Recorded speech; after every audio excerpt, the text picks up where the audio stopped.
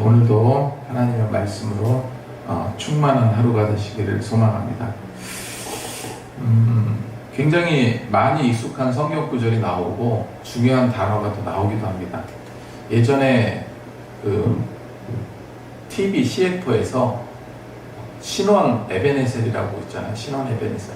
그래서 항상 거기는 주일은 쉽니다, 이 문구가 나왔었는데, 그게 또 특정 종교를 칭하는 명칭이다 해서 주일을 빼고 일요일이라고 해야 된다 해가지고 나중에는 어쩔 수 없이 주일은 쉽니다가 아니라 일요일은 쉽니다, 이렇게 그 광고가 기억이 나요. 그래서 신원이라는 곳이 지금도 어떤지 모르겠는데 저 회사는 잘 되겠죠. 기독교 회사입니다. 그리고 신원 에베네셀이에요. 에베네셀, 오늘 말씀의 에베네셀, 여기까지 우리를 도우셨다 하고 에베네셀이라 하였다. 그래서 우리는 이제 에베네셀의 하나님 이렇게 통칭하기도 합니다. 자, 오늘 이제 7장 말씀은 이스라엘 역사에 있어서 굉장히 중요한 말씀 중에 하나입니다. 우리가 이제 영적 대각성 운동이다, 영적 회개 운동이다 했을 때 항상 빠지지 않는 본문이 오늘 본문이에요. 그래서 미스바 대성회, 미스바 대부흥회, 미스바라는 그곳에 이스라엘 백성들을 모으고 회개하며 그 다음에 금식하고 했던 그곳 성회. 그래서 미스바라는 이름을 많이 사용을 합니다. 그 대각성과 회복의 중요한 전환점을 보여주는 것이 오늘 말씀이다 하는 거죠. 다시 한번 정리해서 생각을 해보면 사무엘상 4장에서 이스라엘은 블레셋과 전투에서 패배합니다. 그리고 하나님의 언약궤를 빼앗겼어요. 뼈아픈 실패를 경험합니다. 그리고 언약궤를 앞세우면 전쟁에 승리할 수 있을 거라는 잘못된 신앙을 갖고 있었죠. 그래서 미신적인 믿음의 결과는 참혹했어요. 그래서 하나님의 궤는 블레셋 땅에서 계속해서 재앙을 일으켰고 결국은 7개월 만에 이스라엘 땅으로 되돌려 보내졌어요. 기랏 여아림으로 돌아오게 됩니다.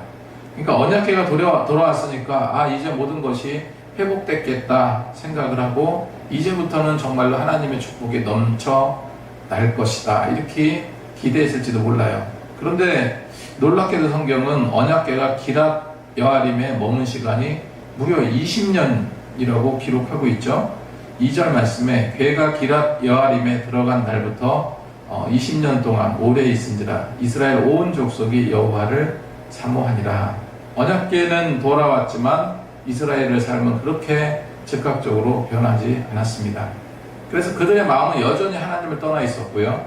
블레셋은 계속해서 블레셋으로 인해서 계속해서 고통받고 있었어요.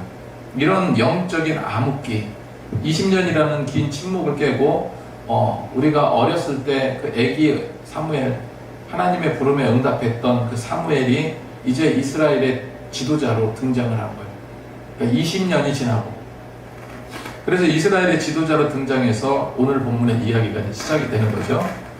그래서 오늘 말씀을 통해서 절망의 자리에서 희망을 일으키고 그리고 실패를 역전시켜 주시는 말 그대로 에베네셀의 하나님, 에베네셀의 하나님을 깊이 만나는 시간이 되기를 소망합니다. 그래서 3절, 6절을 정리하면 돌아오라, 내가 너희를 건져낼 것이다, 온전한 회개를 말씀하고 있어요. 그래서 사무엘은 이스라엘 백성을 미스바에 모으고 그들에게 가장 먼저 촉구한 것이 무엇이었습니까? 회개였다는 거예요.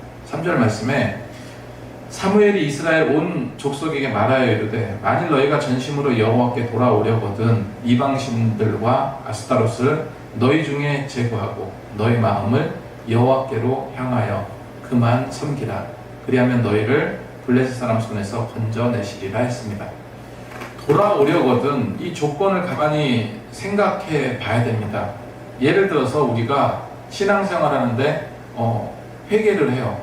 회개를 한다는 건 뭐냐면 하나님께 삐져나간 하나님의 그 원적 하나님의 그 카테고리 안에서 정말로 이끄심을 받고 기름 부으심을 받고 그 안에서 어제 말씀드렸던 여호와 하나님의 영, 그 르아흐의 그 엘로힘 르하흐의 그 영에 속한 그런 상태에 있다가 우리가 죄악된 세상 속에 빠지고, 그렇게 빠지지 않았다 하더라도 내 심령이 자꾸 세상 쪽에 삐져나가는 그런 상황에서 안 되지, 이제는 하나님께 다시 돌아가야지, 회개한다고 가정을 했을 때 회개는 어떤 의미입니까?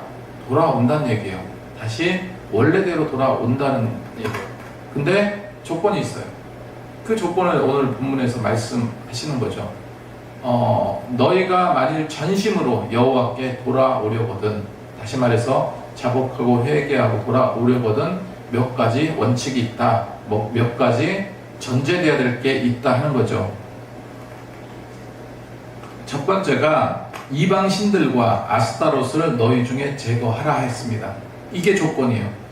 너희가 하나님께로 돌아오려거든 이방신과 아스타롯을 제거하라. 여기서 제거하다라는 말은요, 히브리어로 수루라는 단어입니다. 단순히 치우치는 것을 넘어서 완전히 돌아가는 거. 그러니까 절교하다라는 뜻이에요. 절교하다. 그러니까 여기에서 나와 관련된 있는 이 사람과 절교를 하고 돌아가는 것을 완전히 끊어버리고 돌아가는 걸 의미한다는 거예요. 그러니까 우리가 회개하고 주님께 돌아온다는 것은 세상 것을 어떻게 하는 거예요? 단절하고 돌아오는 거예요. 당시에는 이 풍요와 다산을 상징하는 바알과 아스타롯, 바알과 아세라, 이 신, 이게 삶 속에 깊이 자리 잡고 있었어요. 그 이유 중에 하나가 그 주변, 가나안 주변에 오늘 말씀의 이 가나안 족속들을 완전히 100% 제거하지 못한 이유가 커서 그렇습니다. 그들이 믿던 신앙을 쫓아하게 되었던 거죠. 그래서 하나님을 섬기기 위해서는 세상의 풍요도 그 혼합주의적인 그 신앙을 버리라는 거예요. 그러지 않고는 온전한 회개가 될 수 없다. 자, 두 번째로 너의 마음이 여호와께로 향하여, 그 마음이 온전히 여호와께로 향할 수 있어야 한다는 겁니다. 이게 어떤 일을 행할 때 마음이 갖고 있는 게 90%라고 저는 생각해요. 10%는 행동이라고 생각합니다. 그게 어떤 의미냐면은 내 마음이 내가 이런 것을 해야 되겠다라고 결심하면 그거는 행동만 옮기면 되거든요. 근데 행동을 옮겼다 할지라도 내 마음이 그렇지 않으면 어거지로 내가 어떤 행함을 해놓지만 내 마음은 여전히 똑같아. 그러면 그거는 100% 돌아온 게 아니죠. 중요한 건 마음이 돌아왔다는 건 90%는 돌아왔다고 생각을 합니다. 그 부수적인 것만 다시 이쪽으로 이제 향하게 하는 거죠. 그래서 마음을 향한다는 것은 우리의 의지와 감정과 생각의 방향을 하나님께로 고정하는 걸 말해요. 잠시 잠깐 감정적인 뉘우침이 아니라 뭔가 이제 그렇잖아요. 이제 은혜를 충만하게 받았다 생각했는데 뒤돌아서면 또 이제 그 은혜의 감정이 깊이 가는 게 아니라 또 사그라들고, 또 어떤 계기로 또 올라갔다가 사그라들고, 이 잠깐의 감정적인 뉘우침이 아니라 삶의 방향의 길을 완전히 하나님께 돌리는 것, 이것이 바로 전 인격적인 결단을 추구하는 거예요. 세 번째, 그만 섬기라. 이제 하나님만 섬기라. 하나님 한 분 외에는 우리가 예배드리고 섬기는 그 대상은 이 세상에 있을 수 없다라고 말하고 있습니다. 그래서 이스라엘 백성들이 사무엘의 선포에 어떻게 합니까? 즉각적인 순종을 해요. 4절에, 왜냐면은 이스라엘이 얼마나 많이 당하고 얼마나 지금 고통을 받고 있습니까? 너무 심신이 괴롭고 힘들다 보니까 하나님께서 원하시는 것에 다시 되돌려서 돌아가야 되겠다 하는 어떤 심정적인 마음의 어떤 다짐이 생겨나게 되는 거죠. 4절에 이에 이스라엘 자손이 바알과 아스타롯을 제거하고 여호와만 섬기니라, 이렇게 기록했어요. 그리고 미스바에 모여서 금식하고 기도하고 물을 길어 여호와 앞에 부으며 자신의 죄를 고백을 하죠. 그래서 물 붓는 행위는요, 자신의 마음을 하나님께 남김없이 쏟아놓는다, 이런 철저한 회개의 상징의 그런 모습을 보여줍니다. 그러니까 물을 붓는 행동, 그게 이제 구체적으로 어떤 의식적인 건지 모르겠지만 예수님 당시 때도 이런 게 있었죠. 그래서 예수님께서 그 절기 행사 하는데 물을 붓고 막 그런 행위들을 해요. 그때 예수님께서 내 배에서 생수의 강이 흘러나리라, 생수의 강이 흘러나리라, 이런 말씀도 하셨던 그 기억이 납니다. 자, 그래서 이제 이런 것들이 필요하다는 거예요. 그리고 부르짖으며 하나님의 응답을 구했다. 이 기도의 능력, 기도를 해야만 하는 이유들에 대해서 이야기하고 있습니다. 그래서 이스라엘이 미스바에 모여서 회개하고 기도한다는 소식을 들은 블레셋은요, 자신들을 대적하기 위해서 군사적으로 직결하고 그렇게 이제 주시하고 있었던 거예요. 회개하고 하나님께 돌아가기로 결단했다. 그리고 기도했다. 결단하고 나갈 때 계속해서 그 결단의 불을 꺼트리지 않는 것은 기도입니다. 기도는 계속해서 하나님과 소통하는 거잖아요. 계속해서, 물론 기도가 아닌 말씀이라든지 다른 어떤 것든지 소통의 도구가 되지만 기도는 굉장히 직접적이에요. 그래서 제가 이제 김승택 집사님에게 우리 성도들 한 분 한 분 놓고 또 가족을 한 분 한 분 놓고 기도하시라 했더니 실제로 그렇게 기도하시더라고요. 그러니까 기도가 우리 교회를 살리는 거예요. 근데 제가 이 말씀을 이렇게 준비를 하면서 이게 성경에 나와 있는 그런 내용이 사실 우리 삶의 현실에서 사실은 똑같이 그게 크로스오버 된다. 우리가 1907년도를 이제 평양 대부흥운동이라고 해서 평양에 부흥의 기적이 일어나요. 성령의 역사가 굉장히 일어납니다. 전국 각지에서 평양 장대형 교회로 모이기 시작했어요. 모였던 이유가 그 하나님의 말씀을 듣기 위해서. 그러니까 하나님 일주일 동안 사경회를 하는데 뭐 지방에서 올라오고 그때 말씀드렸던 것처럼 숫단지도 메고 집보따리 메고 그렇게 하고 그 아녀자들 여자들부터 시작해서 쫙 그냥 백의 민족이 그냥 그 교회를 향한 그 사진이나 영상들이 있어요. 그런 영상들이 있는데 지금은 이제 다 교회도 장대형 교회도 이제 북한이 이제 공산 정권 되면서 이제 무너졌겠죠. 1907년도에 그 많은 사람들이 모였습니다. 그런데 생각보다 너무 냉랭한 거예요. 생각보다 사람들은 바글바글해서 온 교회 꽉 차 있는데 냉랭한 거예요.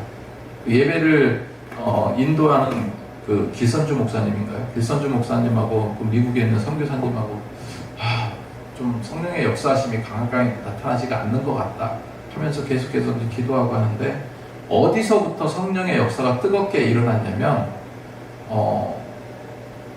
요즘으로 말하면은 간증의 시간 그랬을 것 같아요.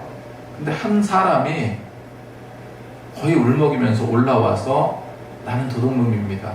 나는 친구 누구 돈을 꿔달라고 했는데 이거를 착복하고 갚지 않았고 또 이제 하여간 그러면서 펑펑 울면서 나는 이런 죄인입니다. 주님께 회개합니다 하면서 펑펑 울었어요. 그러면서 사람들의 회개가 쏟아지기 시작한 거예요. 별의별 회사, 나는 아내가 있었는데 또 첩을 두고 첩에 또 첩을 두고 그렇게 방탕하게 생활하고 어쩌고 막 그러면서 계속해서 회개가 쏟아지니까 우리 일단 내려놓고 회개합시다. 그래서 거기 모인 많은 사람들이 그냥 회개 기도를 시작합니다. 그래서 그 기도가 끊이지 않았다. 그날 하루 밤새도록 주님을 위해서 이제 회개 기도를 하죠. 회개 기도를 하면서 주야 주여 부르짖고 회개 기도하고 그 다음부터 성령의 역사가 굉장히 뜨겁게 일어났어요. 온통 그냥 그런 어떤 그 성령의 기름 부으심이 그곳에 가득했다라고 그런 어떤 내용들이 나옵니다. 그것이 도화선이 돼가지고요. 또 평양의 부흥운동이 도화선이 돼서 그렇게 주변에 있는 교회들로 다 전염이 돼간 거예요. 그래서 전국 팔도가 부흥의 역사가 일어나고 신자들도 많이 늘고 했었던 그런 일들이 일어난 거예요. 미스바가 그런 기적의 역사를 이룬 장소입니다. 그래서 회개하고 하나님께 돌아오기로 결단했을 때 하나님께서는 그들을 붙잡아 주시고 어루만져 주셨다는 거예요.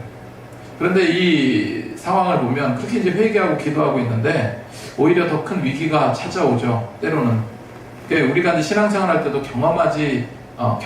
그런 경험이 있을 것 같아요. 결단하고 나가려고 했을 때 사단은 더 거세게 우리를 시험하고 넘어뜨리려 합니다. 이 블레셋이 군사를 직결해서 오고 있는 거예요. 두려움에 휩싸인 백성들은 사무엘에게 어떻게 기도 요청합니까? 8절에 당신은 우리를 위하여 우리 하나님 여호와께 쉬지 말고 부르짖어 우리를 블레셋 사람들의 손에서 구원하게 하소서. 이런 것을 합니다. 대표자는 사무엘이고, 사무엘은 하나님의 말씀을 대언하는 선지자이자 사사였잖아요.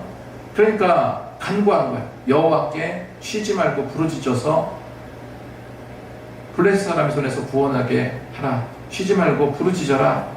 하나님의 도우심을 향한 간절함과 절박함을 보여주는 거죠. 그러니까 보통 군사들이 이제 서로 대치하고 있으면 예의주시하잖아요. 그래서 우리나라도 북한하고 대치하고 있는데, 북한의 장거리포가 남한으로 더 가까이, 남한에 가까운 곳에 배치됐다 그러면 굉장히 긴장하죠. 그래서 야, 이거 저놈들 쳐들어오려고 하나 보다 그냥 주시하잖아요. 그랬다 여차하면 그냥 똑같이 직결하는 거예요. 여기 앞에 모이면은 우리나라도 더 전진 배치하고 그렇게 바라보는 거예요. 그래야지 싸움에서 기싸움이 되죠. 그리고 전쟁이 나도 서로 방어할 수 있는 그게 되잖아요. 근데 사무엘이라는 사람이 나타나가지고 이스라엘 백성들을 미스바에 모였으니까 이스라엘 백성들이 떼거지로 그냥 그 광장에 많이 사람들이 이제 모여 있으니까, 그러지 않아도 뒤에서 이스라엘을 주시하고 있었던 블레셋 군사들이 야, 저거 분명히 전쟁이다, 전쟁. 뭔가 준비하고 있다, 쟤네들. 그러다 보니까 블레셋도 어떡합니까? 전진 배치 시키는 거예요. 그런 상황에서 여차하면 블레셋이 또 쳐들어오겠다. 그래서 쉬지 말고 부르짖어 간구해달라. 그러니까 저는 저를 포함해서 앞으로 세워갈 셀 리더들은 바로 사무엘과 같은 그런 자가 되어야 된다라는 생각을 계속해요. 어떤 거요? 쉬지 말고 부르짖어 여호와께 기도하라. 왜?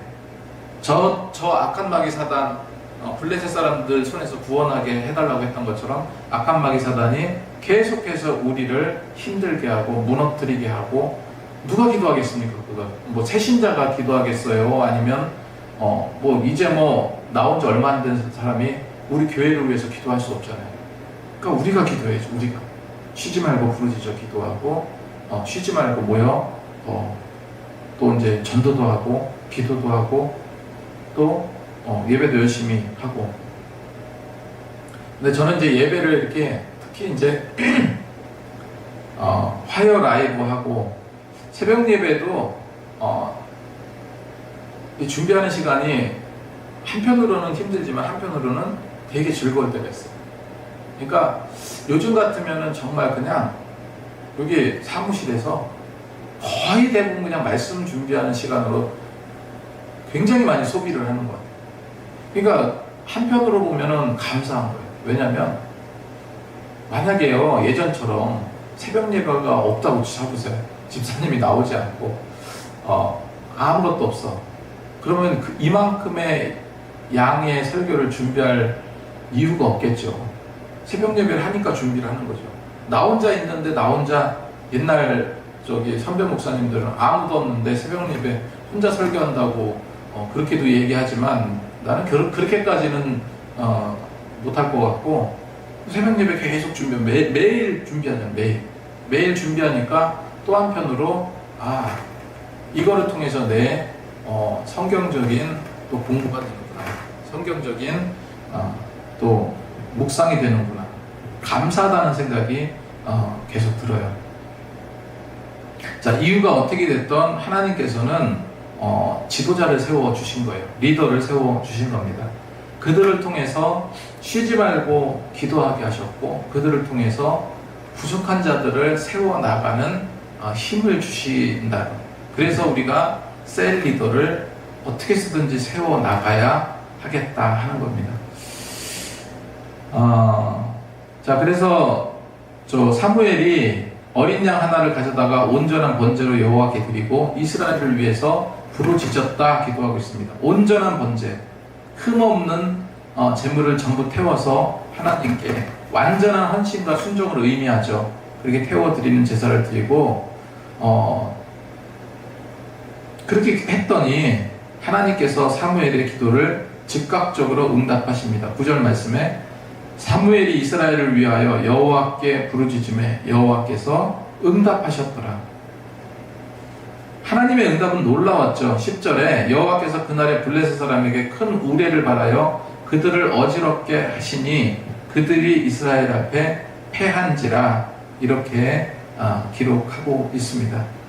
자, 회개를 요청을 하고 백성들의 회개를 요청하고 부르짖어 회개하고 그리고 그랬을 때 블레셋이 저쪽에서 쳐들어오려고 하는 상황에서 더 부르짖어 기도하소서라고 했을 때 더 부르짖어 기도하고 하나님께 흠과 티가 없는 짐승을 잡아서 번제로 드렸을 때 드리고 하나님께 순종의 의미로 다가갔을 때 하나님께서 응답하셨더라. 그리고 어떤 방식으로요? 기적적인 방식으로 10절에 우레를 바라고 그를 어지럽혀서 이스라엘 앞에서 패하게 만드셨다. 가장 중요한 게 회개의 기도와 노력과 또 순종하는 마음의 자세가 필요한 거죠. 그래서 에베네셀의 은혜를 많은 성도들이 느끼고 그리고 체험하고 돌아가게 됩니다. 블레셋과 전쟁에서 대승을 거뒀어요. 그래서 사무엘은 그것을 기념했습니다. 이것을 기념해서 돌을 취해서 그 미스바와 센이라는 그 지역의 그 사이에다가 돌을 세웠다. 그리고 그 돌을 에벤에셀이라 불렀다. 여호와께서 여기까지 우리를 도우셨다. 그래서 에벤에셀이라는 뜻은요, 도움의 돌 이런 뜻을 가지고 있습니다. 이건 단순히 기념비가 아니라 과거부터 현재 그리고 미래까지도 하나님께서 우리에게 베푸신 은혜, 우리에게 베푸신 기적 이런 것들을 기억하게 하는 그런 돌이죠. 그래서 에벤에셀의 하나님은 과거의 하나님으로 머무는 것이 아니에요. 13절에 이에 블레셋 사람들이 굴복하여 다시는 이스라엘 지역 안에 들어오지 못하였으며 여호와의 손이 사무엘이 사는 날 동안에 블레셋 사람을 막으심에 그렇게 기록하고 있습니다. 자, 오늘 말씀을 통해서 이 에벤에셀의 하나님, 지금까지 지내온 거 주의 크신 은혜라 그 도우심의 하나님을 기억하면서 날마다 믿음으로 순종하며 나가시는 저와 여러분이 되시기 바랍니다.